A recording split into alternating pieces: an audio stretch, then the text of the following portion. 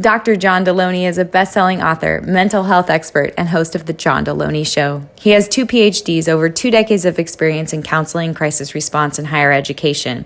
And his goal is to help people navigate through tough decisions, improve their relationships, and believe they're worth being well.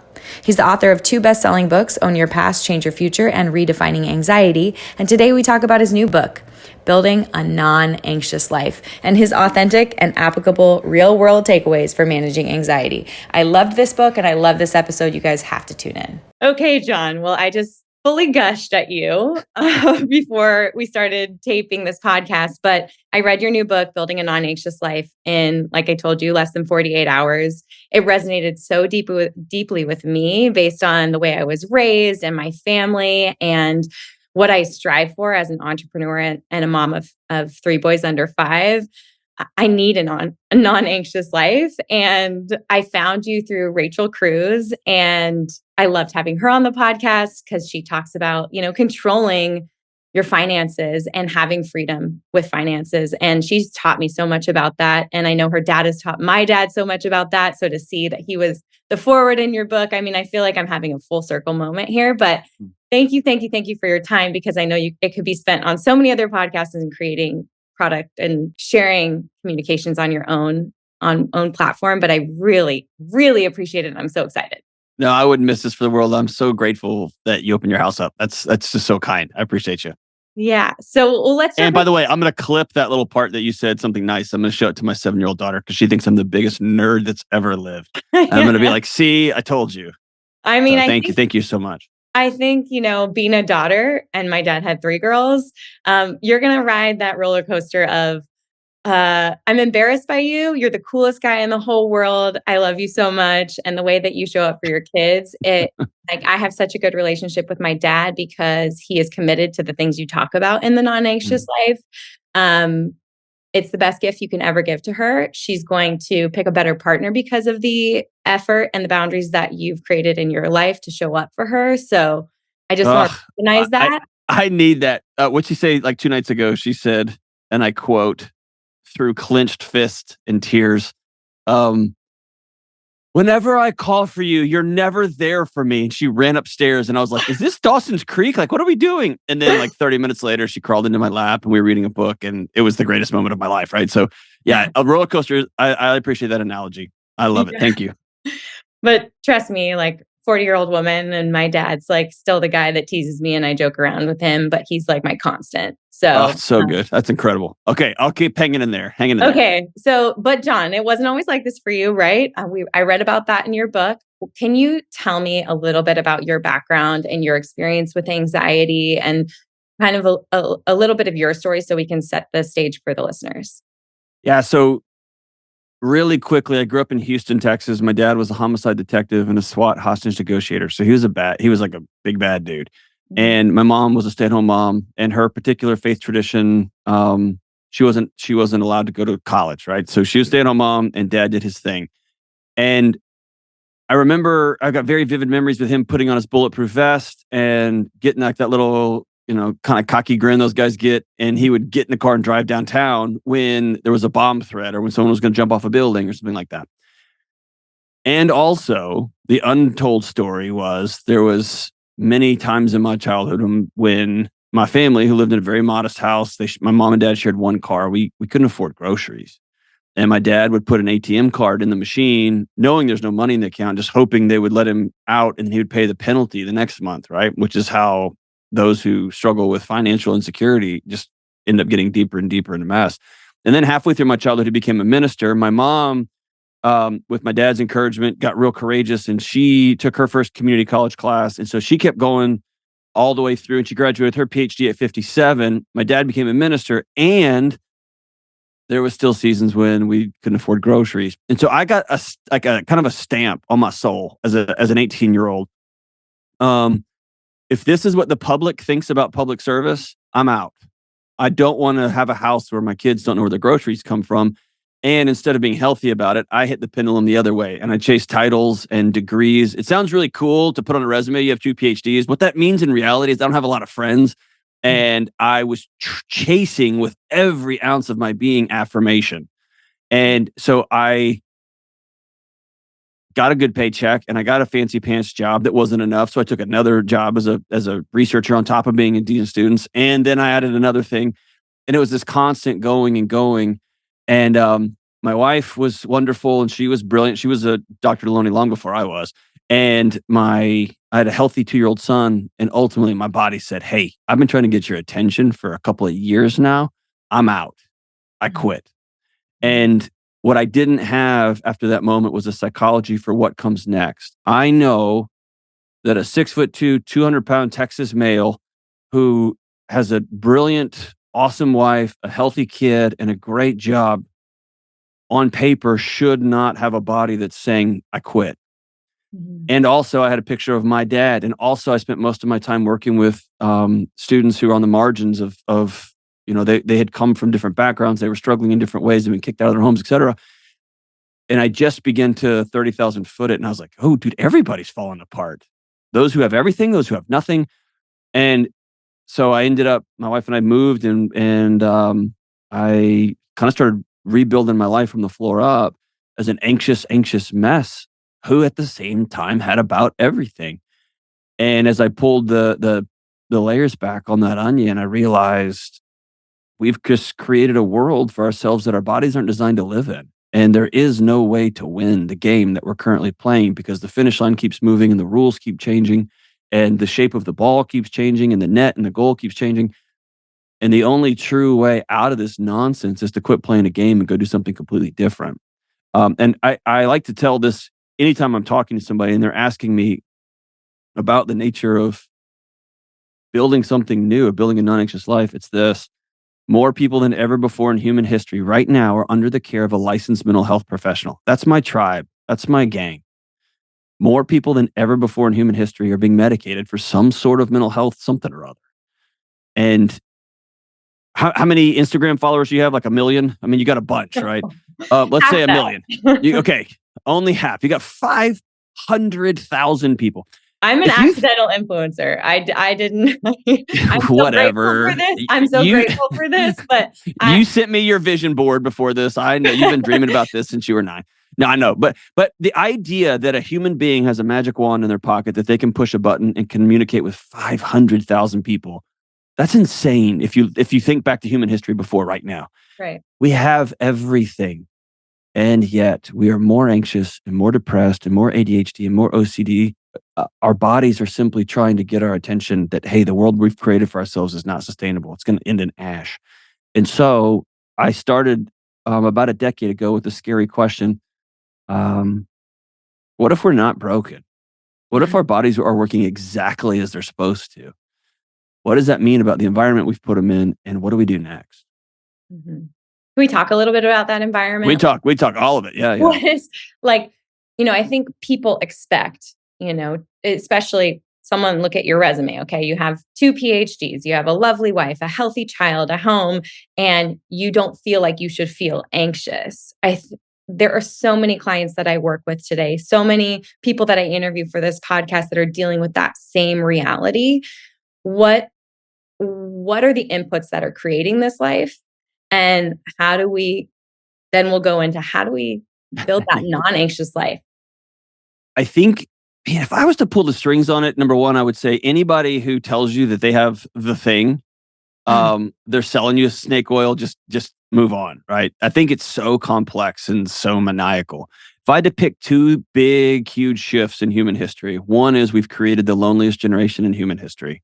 We simply are not designed to have our face buried into a phone and not looking up at other people. Think of this. Before, like 30 years ago, the idea that somebody could listen to the conversation you and I are having, you and I would have to be in the same room, number one, but they have to be sitting right there and they'd have to feel the weight of the room and look at your eye crinkles and look at my shoulders drop when I say something heavy. Our bodies are designed for a 365-degree interaction with other people. And we've just stripped all that down to zeros and ones. And so now you can be vacuuming your car, but with your headphones in, listening to this conversation as though you're having this moment of intimacy with 2 strangers, except you're not, right? So we're super lonely, but we're super, super wired up together. The second big one is they call it the attention economy. I think that's a nonsense way of saying it. We live in the distraction economy. Mhm. Everything in our life is designed for us to not feel uncomfortable, discomfort. And that's Mhm. from our feelings. If you feel sad, take this. If you are heartbroken, well, YOLO, let's go drink until this thing goes away, right? Let's go run our circles. If it's too cold outside, we'll go heat your house up. And if it's too hot inside, let's go outside where it's cold. We have no psychology for discomfort. And what we're finding out, um, I think we've known this for a gajillion years. We just fell asleep at the wheel for a minute. The only thing worth doing in your life is finding avenues for discomfort. That's the only way you grow. That's the only way your marriage gets stronger, your health gets stronger, your kids get stronger. It's like going to the gym and taking all the weight off the bar, right? And Right. so I think we've created a world that is decidedly avoidant of anything uncomfortable. Even Netflix took away the remote. You don't even need to do this anymore. Like push the button. They just mine all the websites you go to in your house and how long you stay on them and what things you click on, what things you hover over, and all of the shows you watch and what you fast forward and what you stay on and what you pause. And they say to themselves, I know you better than you do. You're going to want to watch this next episode of this next series. And we just go, okay. And they just start it for us. We don't have to push play. And so we have this world that is it's so different than how we're designed to live, which is uncomfortable and with other people doing the discomfort together. And I think if you were to pull those two things away, the whole thing falls over. Yeah.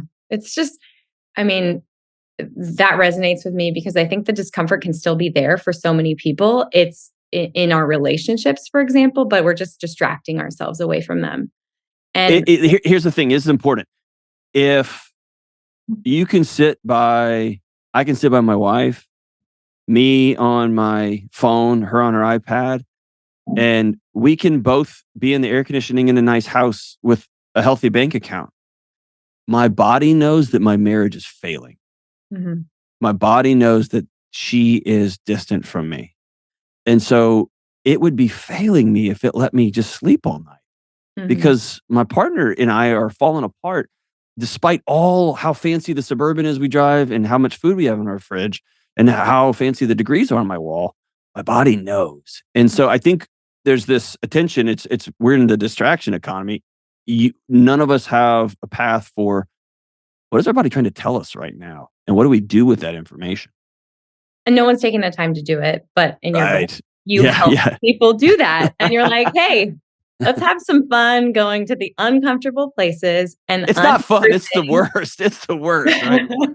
Yeah, unearthing what it is that you need to look at to make and create this non-anxious life. And then before we get to those, because I think they're so valuable, I want you to define anxiety or redefine anxiety for the audience because what you say in your book is so profound and really reigns true. Anxiety, full stop, is just a smoke detector in your kitchen letting you know that something's on fire. That's it. That is it. That is it. You're not broken. You don't have a genetic disorder. You didn't fail something. You're not somehow malfunctioning. Um, Anxiety is just letting you know that something's not okay in your environment. Your body's detected you're not safe. It could be safe, not safe because you're lonely. It could be not safe because you're not healthy. It could be not safe because you're in an abusive, toxic situation. Your community hates you because you're the wrong color in the wrong part of town. Like whatever the thing is, your body has sensed you're not safe.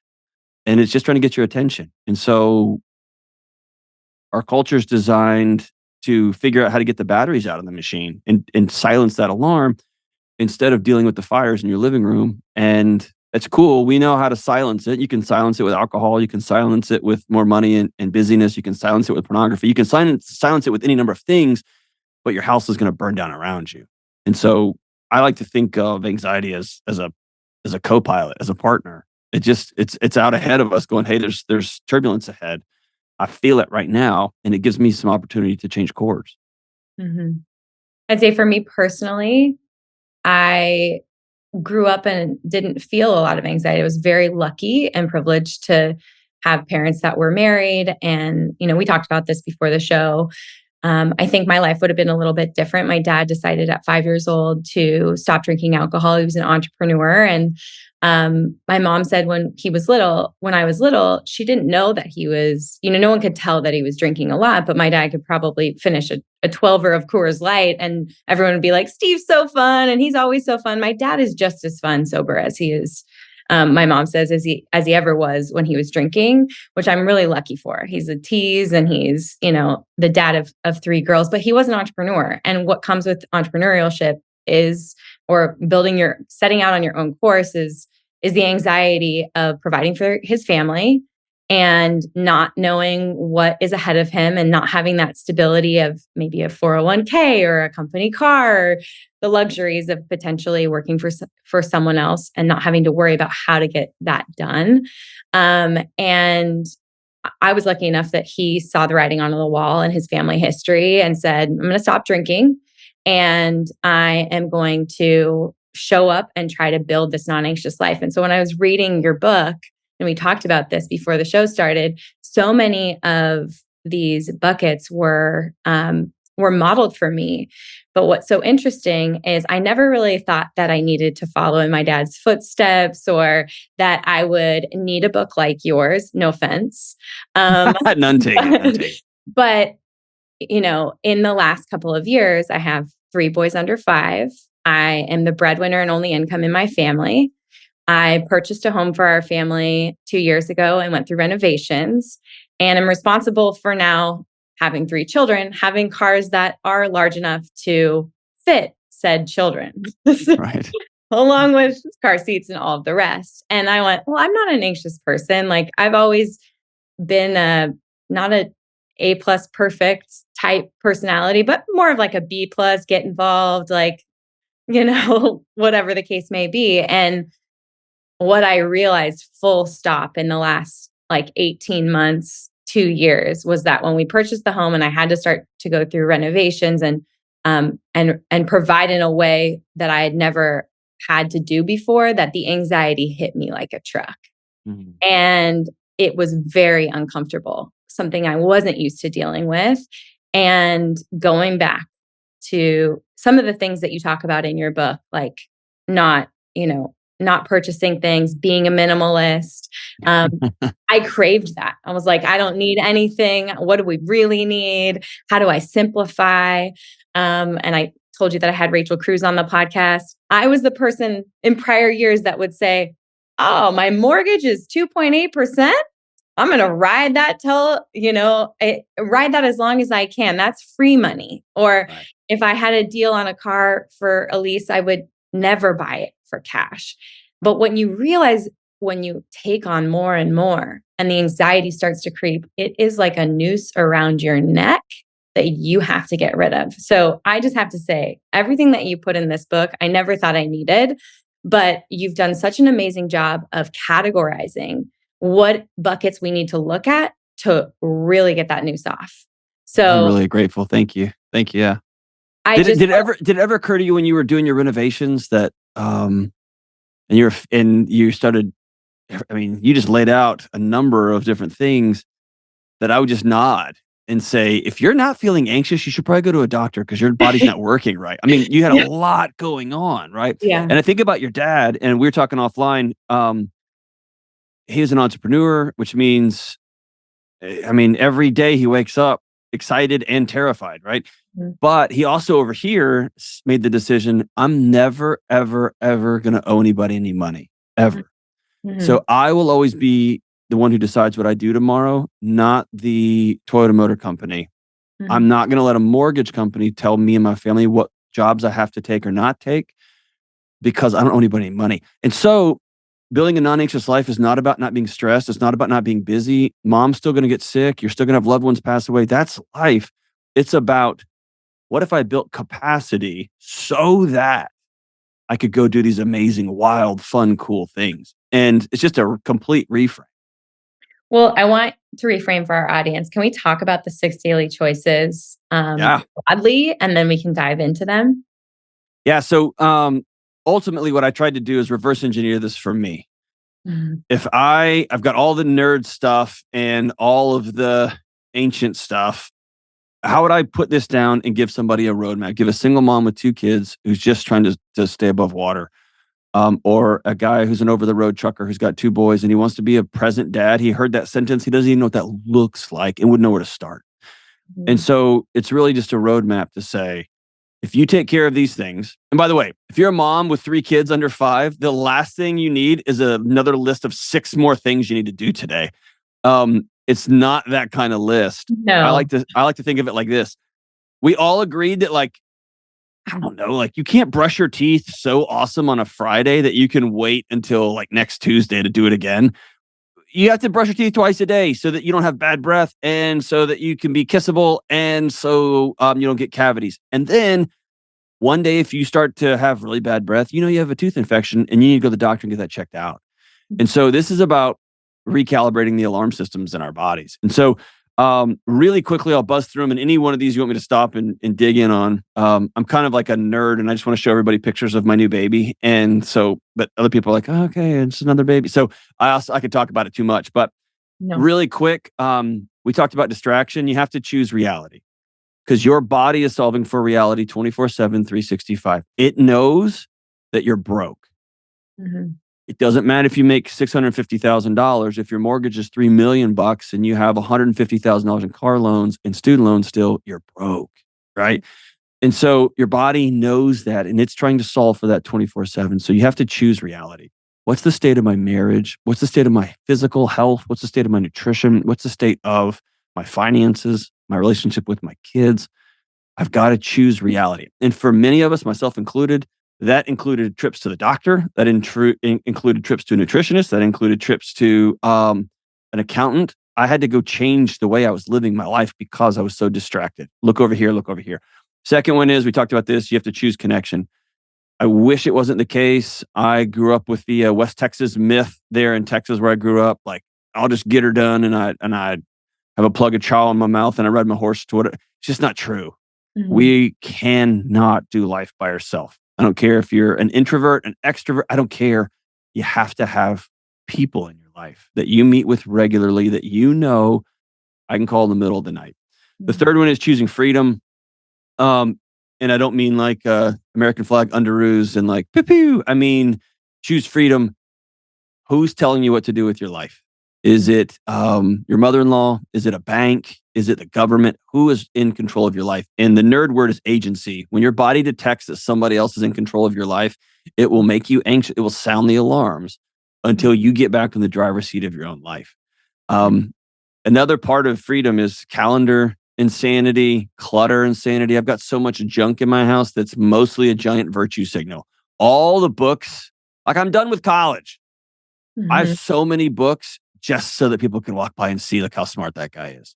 Mhm. I've got a whole bunch of guitars. Like, Metallica still hasn't called and said, "Hey, we've been waiting for you. We need you."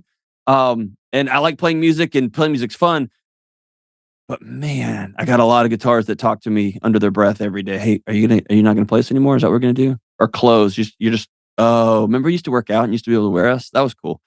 And dishes, like, you're gonna be that husband that doesn't even help. Wow. So it's about looking at the voices speaking into your life. Choose freedom. The next one is choose health and healing. That's your world, right? Most of us take better care of our cars than we do our bodies. We at least go get them checked out and we change the tires and we change the oil and we put gas in it. And most of us don't even do that for our own bodies. And if you haven't dealt with that childhood sexual abuse, if you haven't dealt with that physical abuse or the fact that your dad left, your body will continue to solve for that until you do. And so there's something about choosing health and healing. And then mindfulness is really distilled down into 2 words: curiosity and awareness. And we can dig into that if you want later. And then the final one was kind of the most controversial chapter for me because I knew it was going to make my faith going friends mad at me and it was going to make my atheist science friends mad at me. But at the end of the day, I think the data is pretty clear. You can't worship the self. There's no such, the self can't be actualized because the self was never intended to hold up the universe. It's too heavy. And Mhm. so for all of human history until about 200 years ago, people walked outside of their tent and they dropped to both knees and they looked at the sky and said, "Dear God, please rain or my kids will die." In the last 200 years, we've figured out how to ship food to our front porches and turn little knobs and water comes out. And we've gotten real arrogant about us being the center of the universe. And right now in our current culture, we worship the scientific method, which is fine and good, but it's going to run out of gas on us. And our bodies are detecting that we're lost in space. And so it's going to sound the alarms until we retether in. So, all 6 of those things, some days they're easier than others. And some days I really feel like working out and eating right. And some days I really struggle with belief and faith. And some days I just feel super lonely because I haven't called my buddies in a couple of months and I skipped a bunch of Monday nights. And sometimes my marriage is great, right? So it just works as a roadmap to when your body starts to try to get your attention. Let's circle back and start here with these 6 things and see if we can begin to pinpoint what in the engine needs to be checked out. Yeah, it didn't feel like a to-do list for me at all reading the book. It felt like Oh, buckets awesome. where I could take inventory. You can draw from. Awesome. There are times, especially in my space, where you're like in self-help or wellness and you start to read a book and you're like, oh, this is more things that I need to do. Like Right. it doesn't feel like that at all, actually. Oh, thank you. That's awesome. Thank you. It felt like a very congruent way to say, okay, let's look at these buckets. Let's look at, and in each one of the chapters, in each one of the categories, I was able to say, yeah, because this is the only time in my life where I've experienced, I've had regular acute forms of anxiety or stress, because everyone does in seasons of life based on what they're going through, but where it felt like, ooh, these renovations are taking a long time, and these children are very young, and this is like, these bills are very big. And they're you not say that so delicately. I would have a lot more swear words. Stopping. Yeah. When anxiety feels chronic and those alarms, the smoke alarms, the batteries are out and it is just beeping, beeping, beeping, beeping, beeping at you. These buckets really felt like a way to find clarity and to say, like, okay, how do I take inventory? And what's so cool is I did see that in some of these buckets you talk about, I did take the lever and pull it down and say, like, oh, I paid that thing off, or I cleaned out that closet and we got rid of and donated stuff. And I was able to, really take in reality. And so I want to dive deeper into each of these because I think you make really good points in all of them. But You bet. talking about reality first, I think what was important was to see the light, not just the dark. And can you go into why that is such an important mind shift for people in a time of darkness when their reality does feel dim? Yeah. I'll just use the story from my life, not to be egocentric, but just because I feel safest telling my own story instead of telling somebody else's story. But my dad, the guy gave his whole life for his neighborhood and really struggled to put food on the table. And I saw the stress it put on him. And I didn't want anything to do with that. And if I think back to those times, I get so negative on the community. I get so negative that the church paid him what the church paid him. I get so negative that the police department paid him that, and that we're spending tax dollars on this. And I can go down a rabbit hole. And if I'm not careful, I miss the other side of that story, which is I watched my dad be a good steward of his neighborhood and work really hard to figure things out. And I watched him take odd jobs, and I watched him get stressed and gave me a roadmap for, I don't want that. I want to do something different. And so there was a lot of ugly. And in our culture, the greatest thing we can do is tell everybody our ugly. We lead with ugly. We have no joy forward moment. In fact, you have to be careful even with your closest friends when you call them and say, hey, I just want to tell somebody my kid got a part in the play. And all of us are nervous that the answer, oh, really? That's just because my kid did. We don't have anyone to tell anything great. And so everything is about making sure you see the negative and you post the negative and you talk about the negative. And I'm telling you, man, I've sat with people in the darkest moments of their lives. I've held mothers when their kids are dead in the next room over, right there. There's always going to be light. And it might be 5 years from now, 10 years from now, and not from that situation, but from what came from that situation. And as the great Brene Brown says, you find what you go looking for. And so it's important to acknowledge the ugly. You were abused. This happened. And you met Counselor X who changed everything for you. You became very, very strong because you had to survive. And now that strength has got you through law school. That strength has got you into this next season. And so I think there's a reckoning of truth telling on all sides of the coin for all of us, right? Mhm. And I think if we'll do that politically, if we do that with our marriages, we do that at home, you are the best person in my life and you make life really hard. That's a direct quote from my wife. And so like it's both and so that's if you go looking for light, I promise you, you'll find it in the darkest moments. You'll find it. And when you can't, if you've chosen connection, you'll have people that show up with a cigarette lighter and say, "I got you," right? Or I got a flashlight for you. Mhm. Um, so that's the kind of the genesis of that idea. No, it takes it from like a pitiful position to like looking for the light. And I would say like that resonates with me really deeply because some of the people who have followed me for a long time or maybe tune into this podcast know like I had a beautiful pregnancy with my first son, Sebastian. And then we had a horrific delivery that ended him being transferred in an ambulance with his dad at Children's Hospital, Los Angeles, where they told me he could potentially be brain dead, have a really severe form of cerebral palsy. He was basically non-responsive when he was born. And I, came out of that where I could have had just this like very healthy pregnancy, super easy, natural delivery, and said, like, everyone can do this.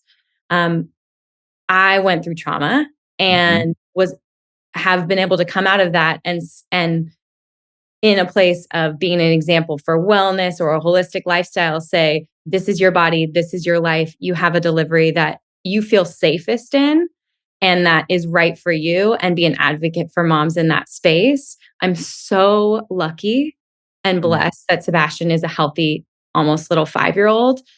And it could have gone a different way.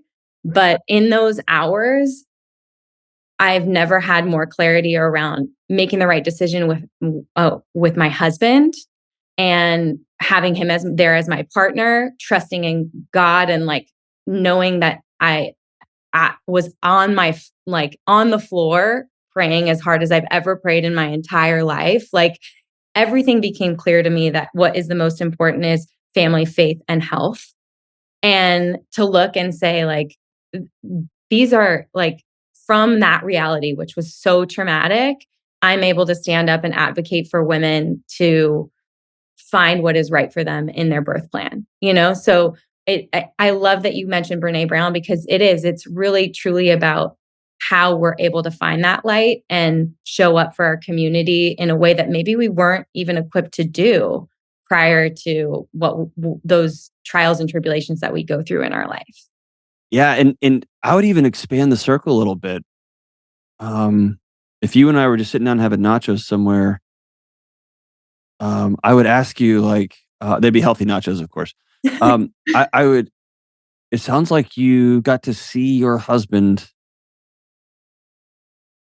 become the man that you needed in a dark moment, and you got to see the city of Los Angeles, who gets so much criticism, and they're the worst at this, and they showed up. And you got to see doctors who've been to college and trained for 20 years for this one moment for your baby. And so there's this extension that your body put a GPS pin in birth, and I bet your next two were different, right? There was you paid a lot of attention. Your body'd be crazy if it didn't pay a lot of attention to those moments, right? And Right. so it's knowing, oh yeah, every time I cook spaghetti, the meat always gets a little bit smoky and it always sets this alarm off. Nobody's freaking out. It's annoying. I wish it wasn't, but it is, and it's doing its job, and it's fine. The spaghetti will be done soon. And similarly, through that hard season, that again, I've had the honor and the dark misfortune of sitting with. I would have been the guy they called in my city in Texas to sit with you if that had gone sideways, right? And yet, as you're holding somebody's hand, walking through the ashes, trying to pick up any remaining pieces of the house that once was, your husband still showed up and the city still showed up and your neighbors still showed up. And so the light's going to look different and there's some of those lights I don't want to see. I want my boy here, right? I want to hug my wife. I want to hug my kid. I don't want my mom to get cancer. And yet there's going to be light everywhere if you go looking for it. And that's an unpopular thing because we want everything to be okay. And if it's not okay, we want everything to be awful. And it's never the case. Even though most of us would do anything in our power, give every penny we have to go back and bring our loved one back or go back and not have that tragic moment. Um, every person I've ever sat with that's gone through hell and back, every single person, every person I've ever sat with who's on the margins for not doing life the way the quote unquote normal people told them they should be doing it.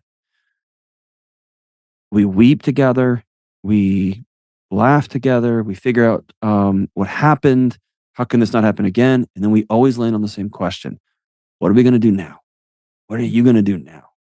And I think it's that moment. I'm going to go find light because what's the other option, right? Just to sit in the dark. And that's what culture tells us. Hey, this happened to you. You are going to be in the dark and somebody will come save you. And I'm just tired of us all being okay with just disempowering every woman and every man in this country. I'm just tired of it, man. I'm just tired of it. What are you going to do now? What are we going to do now? Right.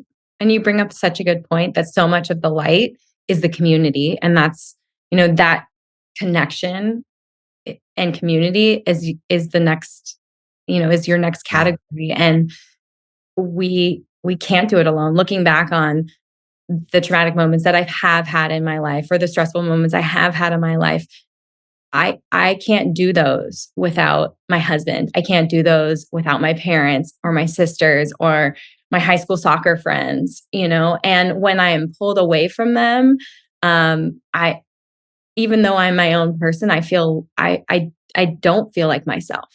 Right. Can we talk a little bit about why? Yeah. Can I say something? I'll say this. Cancel me, not you. Okay. I'll get in trouble over what I'm about to say, not you. There's a reason that men lead the game with heart disease and stroke and cancer and fill in the blank for everything else. It's because they got nobody. And one of the great lies of my mom was so rad to watch her in the mid 90s go read all of this women's liberation literature that had been out for so long.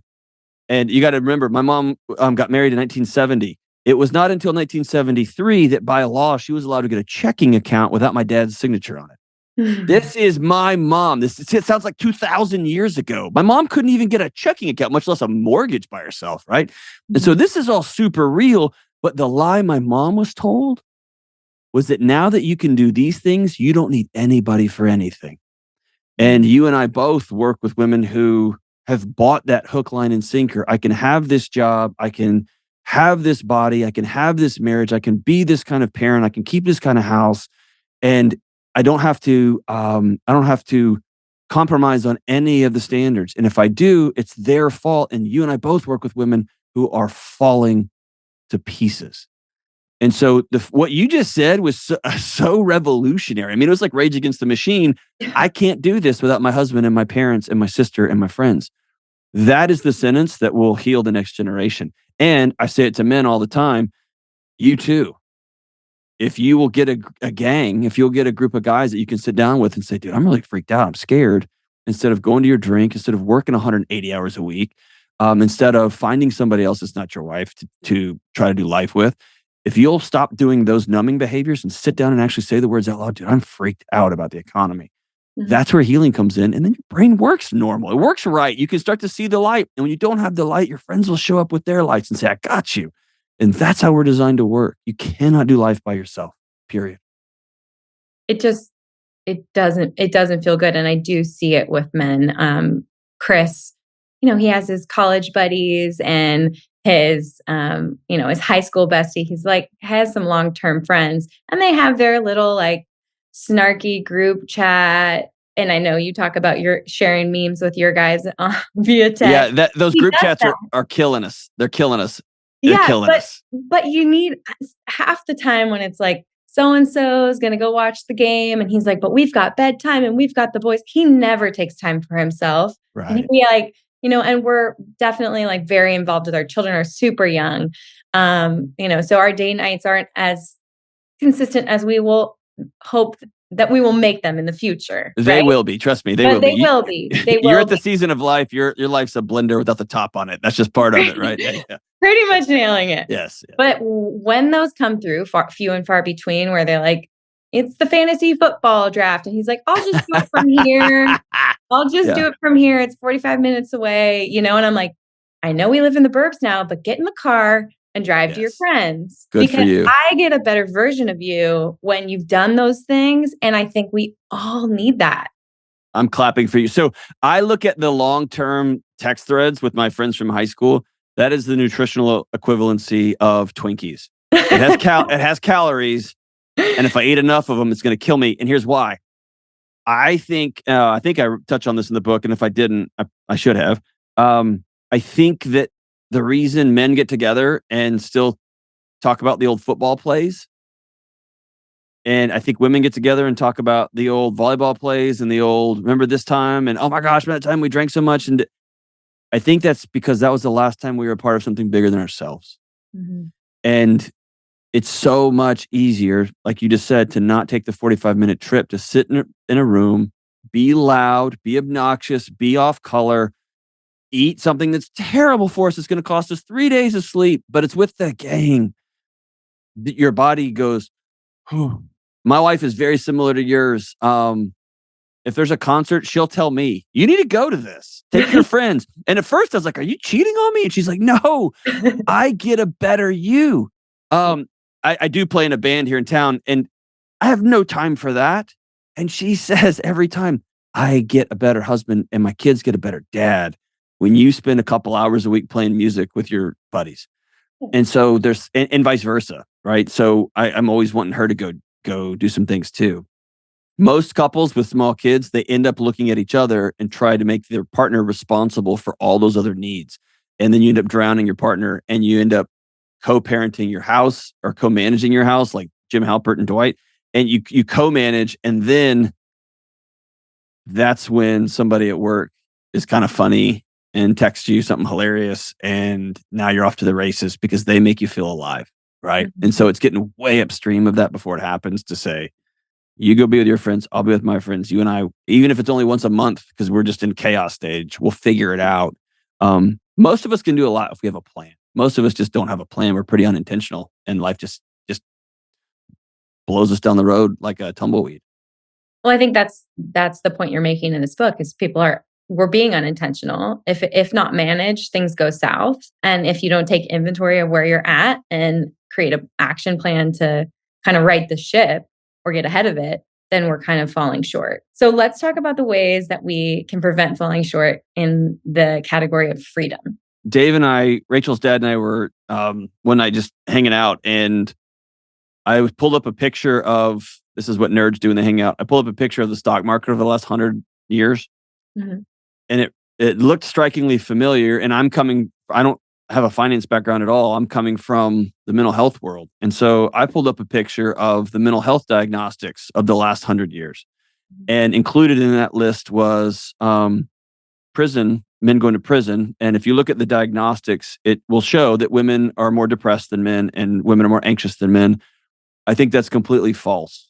I think that men just express depression and anxiety with their fists instead of other ways. And so if you include the prison population in that list, you beat down a group of people for so long and they snap back, and then they're waiting for them there. That graph looked exactly like the stock market. It was this, they just lay right on top of each other. And it was this, we all got real rich. All of us did. And it's cost us everything. And by the way, we all got rich, but we owe $30 trillion. It's not real. Mm-hmm. And our brains know it, right? Our brains know it. And so I can get stuck really quickly. My wife will often just put her hand on my shoulder and she'll say, I just need a restaurant, and it's not time to save the world right now. Because I can get lost in the 30 trillion in politics and what can I do in my house right now? We will never, ever, ever borrow money. I'm not going to borrow money. Maybe for a mortgage, and if I have to mortgage a house, I'm going to pay it off as fast as humanly possible. California, that's me. Yeah, exactly. I mean, life happens, right? Life happens, and you take out a mortgage, great. But we're gonna not just be like, all right, cool. In 30 years and 4 times or 5x the price of this original purchase, I'm gonna pay this thing off. And as you mentioned, I got a 2.9% interest rate. Mathematically, that's an amazing deal. And part of Yeah. your brain knows that. On a calculator, that's incredible. Yeah. But the part of your brain that's designed to keep you safe will start sounding the alarms. Hey, if you get fired, if you have this knucklehead named John on your podcast and he says something stupid and they cancel your show, Yeah. you lose your home, you lose food, you lose your cars, and your brain would be failing you if it let you sleep all night, right? So it's choosing freedom is about, hey, I'm going to put myself in the driver's seat of my own life. And for many of us, it took me a decade. This is not something you do overnight because I know it's like, oh, it must be nice to pay off. No, dude, it took a bunch of years of not going on vacation. In fact, I'll even go as far. My wife and I celebrated our 21st anniversary. We took our first major vacation of our marriage this year. This year. Where'd you go? Costa Rica. Never done anything like it. It was amazing. But what was more important for me is to pay my soul tax. I would rather pay my house off and not be like, I'm going to keep this forever like a pet. I'd rather sleep all night than have this 2.9% and think I'm winning, right? I'd rather not give the mortgage company $110,000 in interest, or that's probably too much, $50,000 in interest every year for, dude, you get to write it off on your taxes for a short, small tax break every year, right? And so I'm solving for freedom as often as I can. Who is telling me what I have to do with my life? And I'm very, very careful about those moments. And it's been 15 years, and every day was worth it to get to a place where we're not rich by any stretch, but we have some agency and autonomy. My wife and I make choices because we've chosen to make these sacrifices down the road. This is probably the hardest one because most of us don't understand. I sure didn't. Just how much our lives are run by other people. Well, I will say, I was the person, I didn't have a mortgage until 2 years ago now. And I was the person that would get a lease and run it through my business and say, but I'm running it through my business and it's a write-off and I have a great rate. And why would I go out and buy a car? But the minute you are responsible for other humans, the minute you have a multitude of things that you need to purchase or provide for yourself or for your family, and to think what you just said, like you are going to be canceled or you are the livelihood or a single leg stool, it is the most gut wrenching feeling. And so, no, my mortgage is not paid off. Yes, I live in California, so I did have to mortgage my home. Right, of course. I got a really good taste because I did purchase my first car outright for my family just last month, the first time I've ever done that. And it feels damn good. Yeah, it does. Yeah, it does. I'm like, oh, I don't owe GMC a car payment. Right. What? And you know what? When they say, hey, the prices of cars are falling because I don't care. It's mine. Yeah. Like it's not worth what I paid it. Oh, that sucks. And then you go about your day, right? Yeah. Who cares? Like, drive it off a lot. It depreciates 10 grand. You're like, okay, well, I don't care. It's mine. I made a choice. Yeah. What's priceless to me right now, which I never really bought into until just very recently, is the pricelessness of that freedom that you talk about in the book. And I'm lucky because I don't have a shopping habit. Like I do. Oh man, I do. I love buying stuff, man. I don't.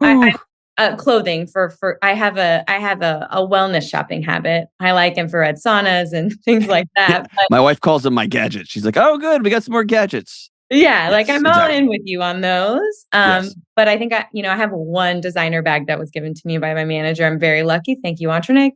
But it's that hasn't been something that is where I spend my money, and so when it comes to like living a minimalist life or having less in regards to like material possessions, I think like, okay, I've got that like kind of locked and loaded.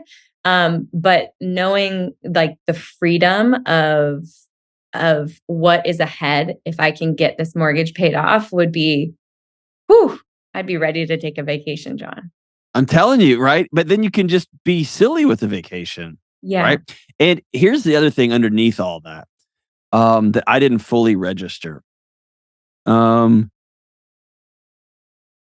Again, I'm just going to tell this not because it's like, let's toot John's horn today.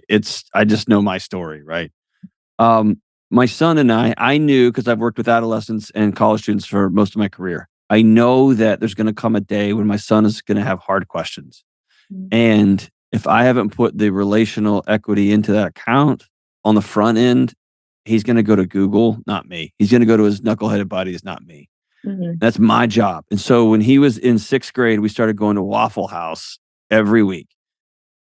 There is no nutritional redeeming quality about not. I finally, the other day, I was like, will y'all please get some fruit in here? And they were like, sorry, we just don't do fruit. Waffle House, help a brother out, man. I eat there every week. But one of the, he's a big, goofy guy. He's our waiter all the time.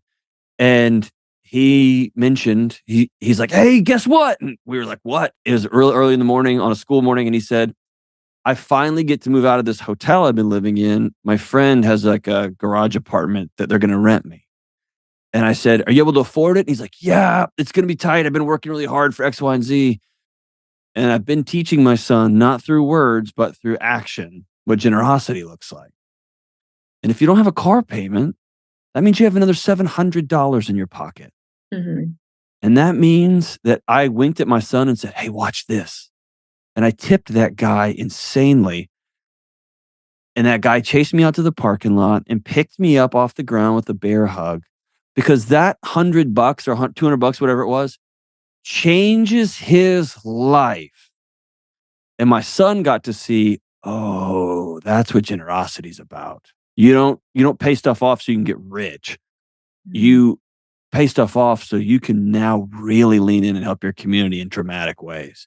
You're not helping your community if you put help and love on a credit card and you end up anxious and burned out and fried and having to make tough decisions that you don't want to do that you don't want to do, that would be best for you and your family, because you're not in a position to help. So even if, think of it altruistically, I'm going to pay this all off so I can be recklessly generous to my grandkids that I've never met yet, to the guy at Waffle House who serves my family every week. It just transforms everything. And then you find more connection in your neighborhood and community, and then your body feels better, and it just works on this opposite loop. It doesn't spin up, it actually spins down. It's pretty amazing. It's freedom to be charitable all the time. Yeah, just as a way of being, right? And it's just, I don't know, it's become like it's almost, it's probably an addictive thing too, but I like it. That addiction just feels like it's better than drinking too much. Probably a good one. Probably. Yeah. One of the things that you said earlier, obviously we can't do it alone. And for people that feel like they're maybe don't have the $100 to give to their waiter to create that community and that connection, what do you think? I mean, I'll tell you from my experience, my sons were at a school that I didn't feel like had a very strong community. And then I ended up going to my high school reunion and learning of a bunch of kids who were at another school and all these old friends of mine. And selfishly or unselfishly, I wanted the community. And so moving our kids to a different school, and there's a WhatsApp moms group that's like, hey, we got to bring hard-boiled eggs for our kids tomorrow for this like project. And another mom's like, I don't have one. And everyone's like kind of chiming in and supporting one another. And there's this sort of Insta community that's created there. And then people see the picture on the WhatsApp, and then they see him in the parking lot, like, oh, hey, like thank you so much. And you're putting faces to names. And then all of a sudden it's like rippling and creating this really big, tight knit community that feels so good for me as a parent to know the other families and everyone. It is a community where people are asking for help, and it's reciprocal, and it's so awesome to see, because you see it like in your kids' relationships even. But for someone who feels disconnected, they're spending too much time online, they're stuck in social media, they're listening to podcasts. Please listen to our podcast, but But connect with your friends at the same After time. hours, turn it on. Yeah. But call your friends right after this and set a Right. date, go for a coffee and a walk, but not Talk too about much it. caffeine. Yeah. Talk about what you heard on it. Yeah. Here's the thing. I think that like that scenario you described is perfect for setting the table for what comes next.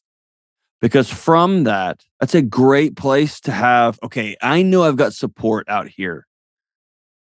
And now I've got to go be weird. And I wish there's no roadmap for 40-year-olds to make friends. It doesn't exist. It's the worst, right? Mm. We all were on the same football team in high school, or the same drill team, or the same math team, or the same band. We had these moments as kids where everything was curated. They shoved us into these things. Like I just got put on a kickball team. That's just what happened. And now we're adults. We don't have to do anything. And so you did something really bold. You went and did a hard thing, which is I'm going to pull my kids out of this school. I'm probably going to drive further. I'm going to go introduce myself to old friends, reintroduce myself to new friends. That's awkward. It's weird. It's inconvenient. It's going to cost you a little bit more money. And you did it anyway. Yeah. And now the next step is I'm going to ask 2 of those wives, and even worse, their husbands, over for dinner. And I'm going to intentionally not clean my house to make it look like it's a museum. Yeah. I'm going to invite them in. And one of those couples is going to be super weird and not be able to take any hints. And they're going to stay way too late. And he's going to be just talking about, what's happening in the politics. It's going to be the worst. And the other couple may be hilarious. And your husband's going to be all cool and be like, I kind of like that guy. That guy's all right. He's all right. And that's how it starts. That's how it starts, right? For somebody who's got nobody, and that's been me, right? I've got the greatest friends in the world. And then I packed up and moved halfway across the country. And it was the best job. My marriage was falling apart and we started to rebuild it. And it was great. My kids were healthy. They got into good schools and I had nobody. Right. And so there's only one path forward, and you go first and you go be weird and you go be awkward and you invite people. Invite people to your house. Invite people to the concert. I started buying concert tickets 2 at a time. And that meant I didn't go out to eat throughout the week because that's my wife and I budgeted for, like, I got this much money to spend. And if I go out to eat at lunch, I had to take my lunch like an idiot. But I took my lunch so that I buy concert tickets, or I'm real into live comedy. And I'd go buy a couple of tickets to a comedy show and then just ask, like, hey, I got another ticket. You want to come? And they'd be like, yeah, I'll go. And over time, this Thursday and Friday, I'm going to 2 different comedy shows, one with a group of 6 guys, and then we're going the next night with another couple of guys.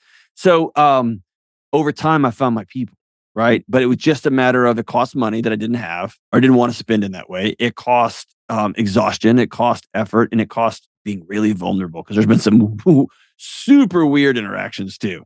And I'm sure people have left my house and they're like, that guy's a wackadoo. That's fine. I'm not for everybody. I know that. But here's the deal.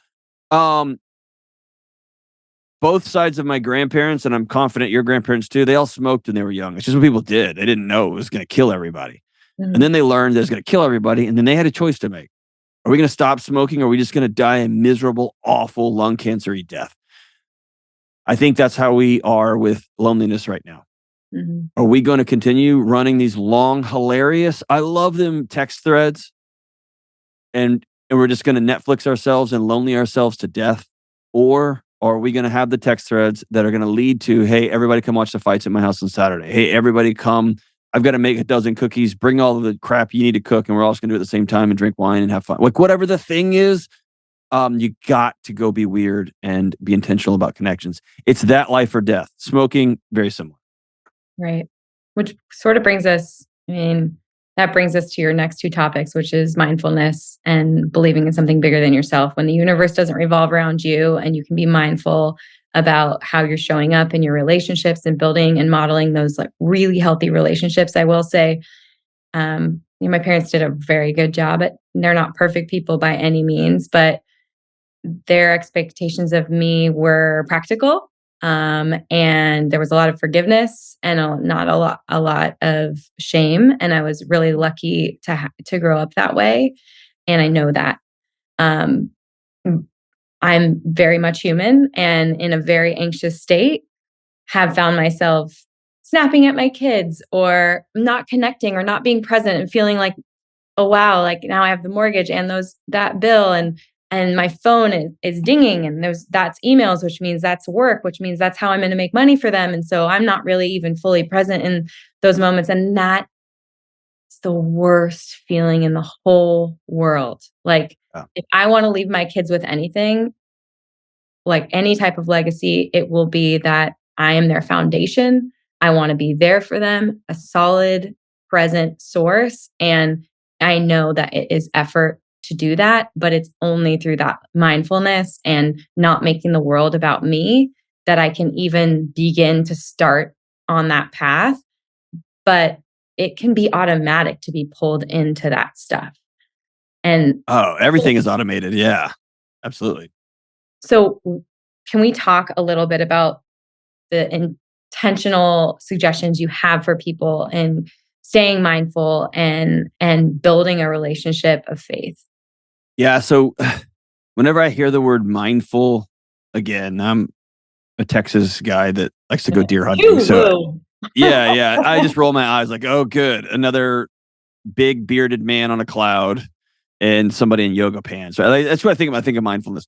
Don't knock my yoga pants. No, I'm just kidding. I would super wear them if it was appropriate. Namaste, John.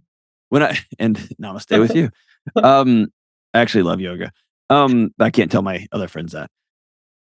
I think when I think of mindfulness, I want it to distill it down to 2 words. And I think if people internalize these 2 words, every person internalize these 2 words. If I could teach these to my kids, these 2 words, I literally think society rolls over into a positive trajectory. It's awareness and curiosity. That's it. If when your body starts spinning up on you, if you just snapped at your kid and for just half of a millisecond, you asked yourself, what's my body trying to protect me from? That kid's 4, acting like a 4-year-old. Like the kid did nothing wrong. He was 4. He's a bundle of nerves. Of course he didn't clean his room. Of course he didn't. He talked back to his dad. Of course he's 4. If I can ask myself in that moment of chaos, why is my body trying to protect me from a 4-year-old? And that leads me to curiosity.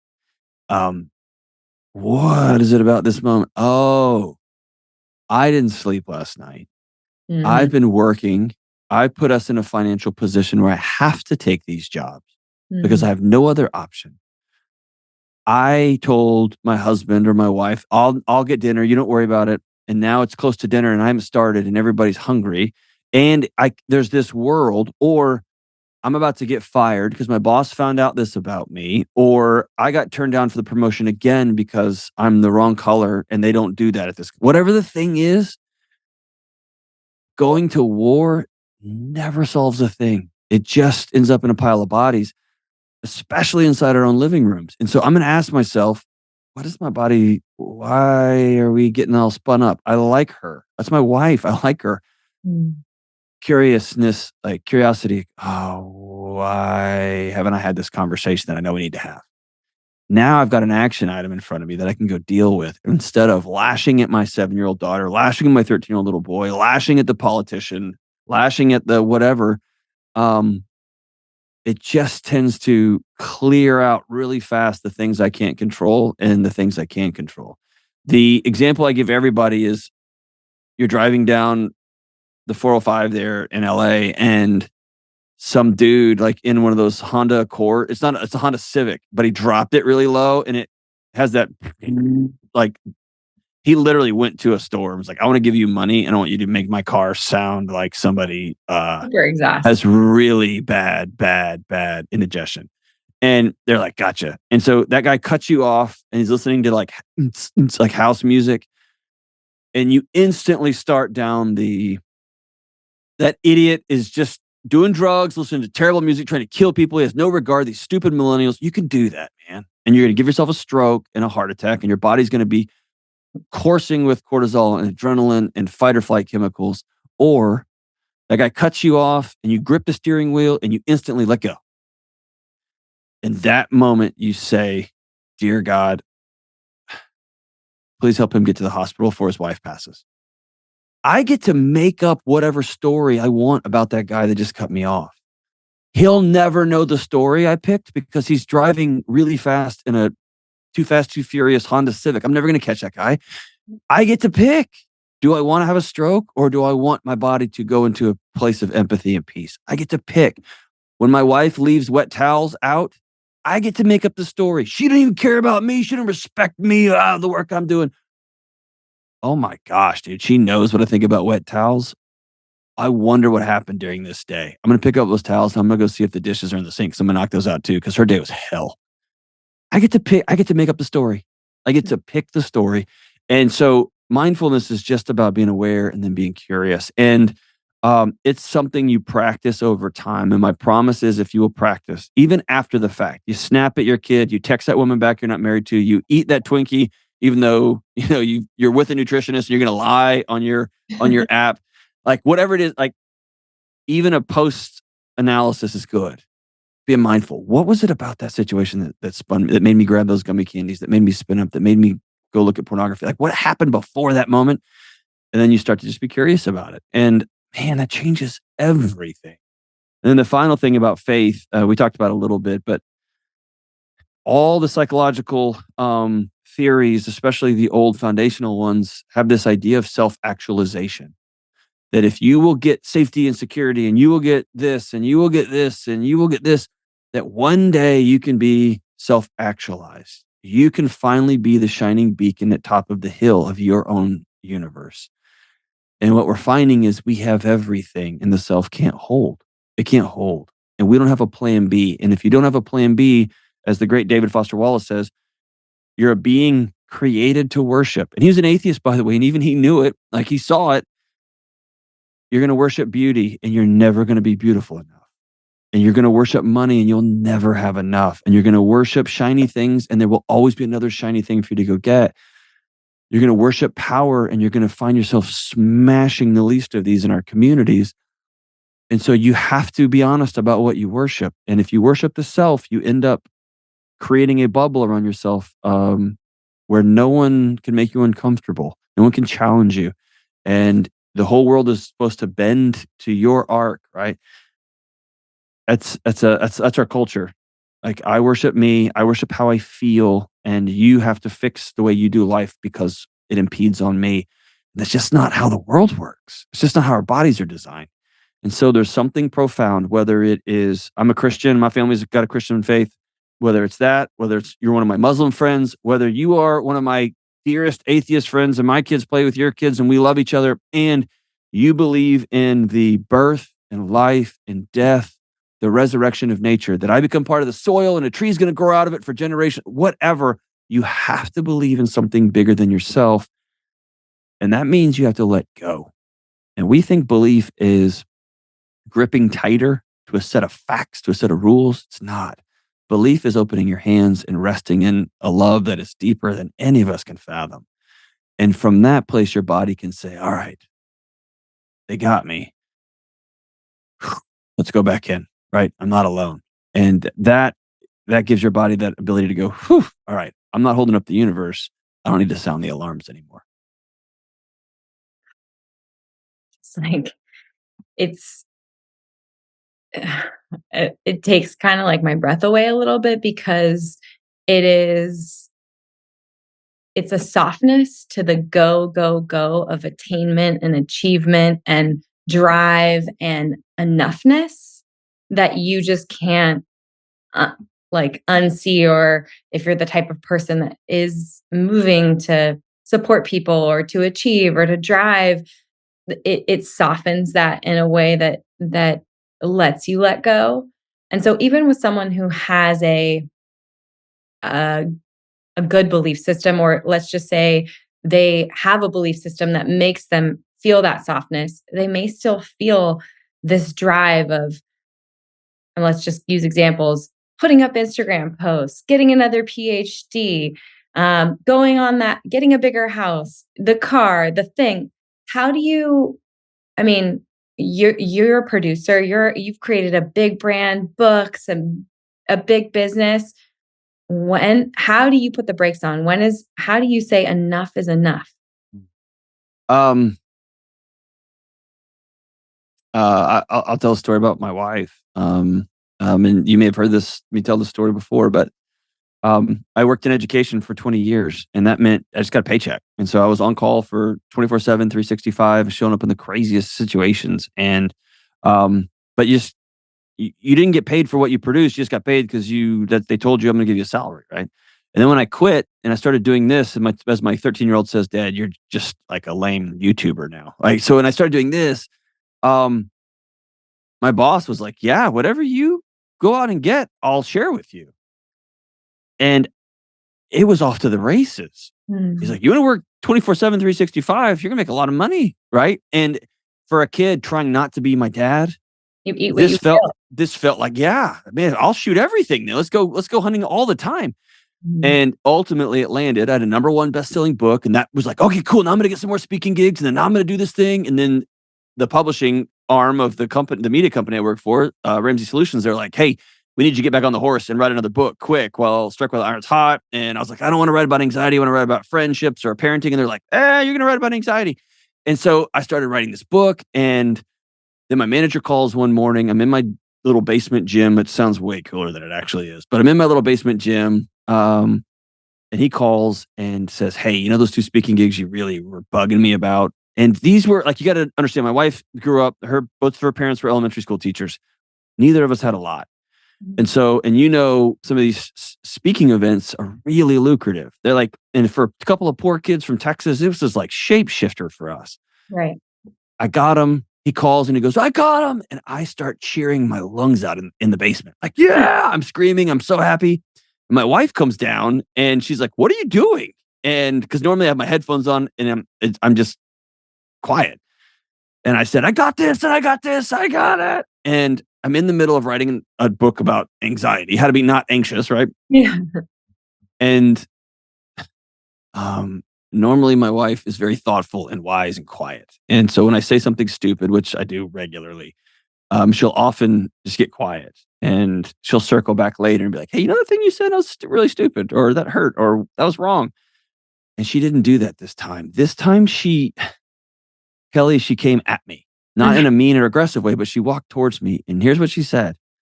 She said, I'm watching my husband die.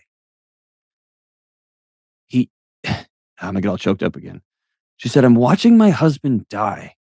And she said, John, the pie piece for how much money you make, the in the pie, that's how much I love you. She said, John, it's full. It's full. And she goes, take these speaking gigs, knock your lights out. I know you're going to do a great job. Go do it. But don't say it's for me. And don't say it's for our kids. It's for you and your ego. Go knock your lights out. And then she said something, Kelly, I didn't have a psychology for. She said, John, we have enough. And then she walked away and she walked back upstairs. And I didn't know what to do. I don't have a psychology for enough. I don't have a psychology for rest. Mm. My friend Ian Simpkins, he's a pastor here in Nashville. He says, if busyness is your drug, rest will feel like stress. Yeah. And that's so true. And so I took the speaking gigs. I took them. I didn't know what else to do. But it started a conversation in my home. And here's what's wild. So, dude, the beefcake community hates that story when I tell them, like, your wife's just keeping you down, bro. And they forget that whole conversation started with, I'm watching you kill yourself. Right. Through trying to achieve, through getting on every airplane, to taking every interview, to doing everything. I'm actually busier right now than I was then. Mm. But back in June, my wife and I said, hey, we got a book coming out. We as a family, it's going to impact us all. You're going to be on the road a lot. What do we need to start doing right now? Both at our home, with our kids, with our marriage, with our relationship, with our finances, so that when this thing hits, we're ready. That's just simply like saying, hey, winter's coming. Where are the coats? Are they out of the attic yet? Right. It's going to be cold. Life's still going to be great. And so I'm busier now than ever, but my marriage is stronger than ever. And my relationship with my kids is stronger than ever because of the intentionality of it all. So it's not a call to not do anything and not be ambitious and go do some wild things. But to answer your question, Kelly, I couldn't see it. I have to invite a couple of people into my life that I really trust. One is my friend Kevin. One is my friend Jean Noel. One is my friend Todd. Guys who will call me and say, hey, I'm seeing you all over the place. And I'm like, yeah. And they go, is that smart? And I'll go, oh, no. You know what I mean? And so I've got a group of people in my life that I've given permission to speak truth into, because when I get excited, I don't see it. Um, and finding belief, mindfulness, these are not excuses to not go hard in life. Right. And I say this all the time. Look around. I got 2 little kids, man. Like, I need people to go out and do amazing things. I need people like you to help just cut through the nutritional madness that is out there, right? Give me a picture of what life can look like. Will you please? I'm sure you saw the documentary, The Business of Being Born. My wife and I watched that right before we had Hank, and I was like, oh my gosh, like, giving women truth about childbirth. God help us. We need you. I need you. Yeah. And if you're doing this for that phone call from your dad, he's finally going to call you and tell you he's proud of you. If he hasn't told you now, that call's not coming. Yeah. If you are doing this because you think there's going to be a magic number in your account where your body finally goes, we're good, it's not coming. Your body will just move the benchmark. If you're doing it because you think you're finally going to feel a certain way when you cross 500,000 followers and then 700,000 followers, that feeling's not coming. And so go do it, and do it with vigor. Just know it's not going to heal you. And so you got to have friends, and you got to have a marriage, and don't owe anybody any money. So when that interviewer calls that would sell you some books, but you think they're gross, you can say, no, thank you. I don't need that money, because Wells Fargo is not calling you saying, oh yeah, you're going to take that money because you owe us, right? And hopefully you can hear my voice. This is the non-anxious life. This is unplugging from the matrix and saying, I'm going to do life this way. And like I say to your listeners, this is not a coin flip you just figure it out tomorrow. This took us years and years and years and years and years. But similarly, your dad made a change. You're right. When you were 5, I quit drinking. I'm going to plug in with my family. I'm going to plug in with my daughters. I'm going to learn how to do this entrepreneur thing. Your 3 boys are going to have a different life because he made that choice. Their kids are going to have a different life because he made that choice. That's the non-anxious life. That's the legacy and family tree change that we're talking about. Well, you can even see it in the story that you just talked about with your wife. Like, the reality was you might have been gone a lot. The connection piece is a priority for you, the community with your wife and your kids and being home and being around. It doesn't mean that you don't love your business and want to like produce and be a hardworking guy. It's just taking inventory of the buckets that you talked about. Is your health and wellness going to take a hit if you're on the road and you don't prepare? So what'd you do the next? Like, you reconciled that. The next time around, you're getting ready for this book. You're on your book tour now. We're interviewing you today, but you have the connection. You made the time to have those Waffle House breakfasts. You made the time to be with your wife. You're showing up for yourself in the ways that you need to with your health, wellness, and community. And like that it's just a priority shift. It's being real and taking inventory of your life and kind of playing the game of whack-a-mole to get those things to creep up and make you anxious to go away. I do health so that I can really plug into my business. Exactly. I do Waffle House, not in spite of my business, so that I'm whole when I go swan diving into whatever madhouse is going on in somebody's life. Let's like, I want to make sure I sandpaper off the Disney gloss. After my wife and I had that conversation, I actually left my house and checked myself into a hotel for over a week. I had a half-written manuscript about how to not be anxious, and I realized I was living an insanely anxious life. And my wife had been down that road with me before, and her body was screaming at her, don't do it again. You remember what happened last time. Mm-hmm. And so I checked out and said, what is happening to me? And after 10 years of work, I had some tools that instead of it being 7 months of trying to figure out what happened, it was a week. And I made some hard calls, and I called a counselor and went and sat with somebody, and I called a couple of friends, and I sat with my manager here at the office, and we began to, the track back was much faster. It's kind of like if you've never had any good nutritional advice ever, and someone's like, hey, how about let's just stop with Twinkies? Let's just start there, right? So stop with McDonald's. And you do it for 10 or 15 years, and then you're on a hunting trip or a camping trip, and you just nail like 4 or 5 McGriddles, and you feel terrible. You can get right back on the next day, right? It's not hard to get back on because you got the skills, you got the wisdom, you got the nutrition, you've been practicing this. Very similar thing, but it was a mess. It was a mess, Kelly. Like, I didn't know what to do. I didn't know who to call. I didn't know where to go. I was a mess, and I had to go sit down and figure it out. So this book, at that point in the juncture, the book really shifted from I'm here lecturing America on how to build an unanxious life, and it was me pulling up a bar stool, and I was like, dude, bartender, I'll have one. And me looking and be like, hey guys, me too. Let's figure this thing out. That was a whole different book after that moment. I think it's important that you share those stories because none of us are perfect. And it is just like the game is we are going to fail and fail and fail, but who gets up? Can you get up faster? It's not 7 months, it's a week. Right. And the tools are here in the book and it was a great read and I really, really enjoyed it. And it's given me the ability to take some inventory in my life. And I was even I was reading in our bed and I was stopping and asking Chris questions. I'm like, let's talk about your childhood. Let's talk about your relationship with money. It was good stuff. So I really, really appreciate it. John, it's awesome. I wish you all the best on this tour. So thank you for being here, and for all your wisdom. Let the audience know where they can find you, follow along, where they can get the book, all the good stuff. You put out a lot of good stuff. I love following you on Instagram. So thanks for what you do. That's a lot of work. Well, and let me just say this on behalf of partners across America. My wife and I had some seasons when we had some pregnancies that were just absolute hell.